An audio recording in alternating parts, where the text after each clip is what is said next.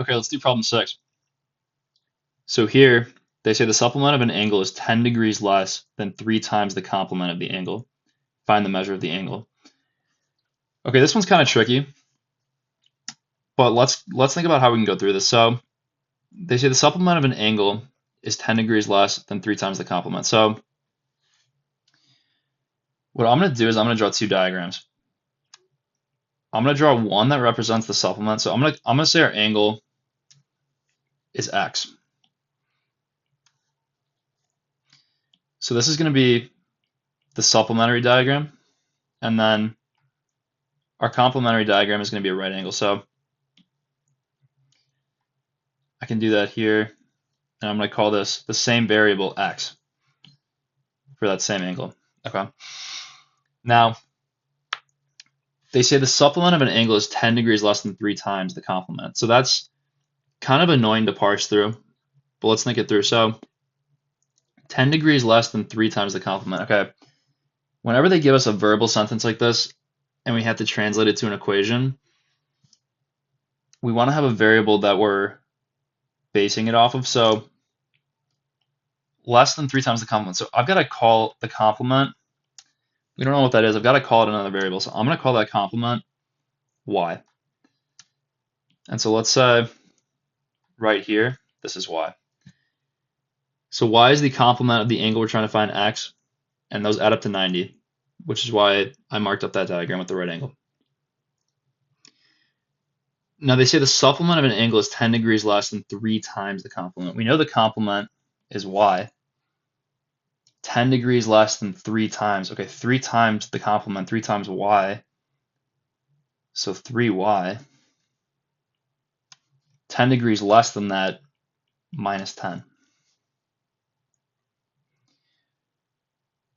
Okay, now we have our two diagrams.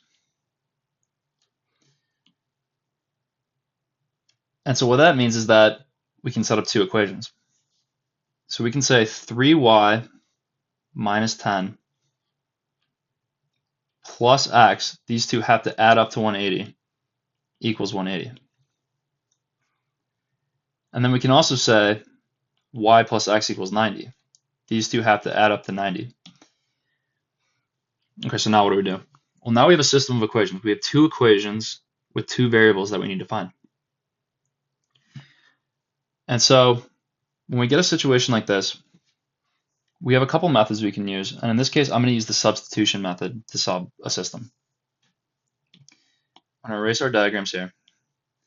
The substitution method says that if we can get one of our variables isolated, we can plug it into the other equation.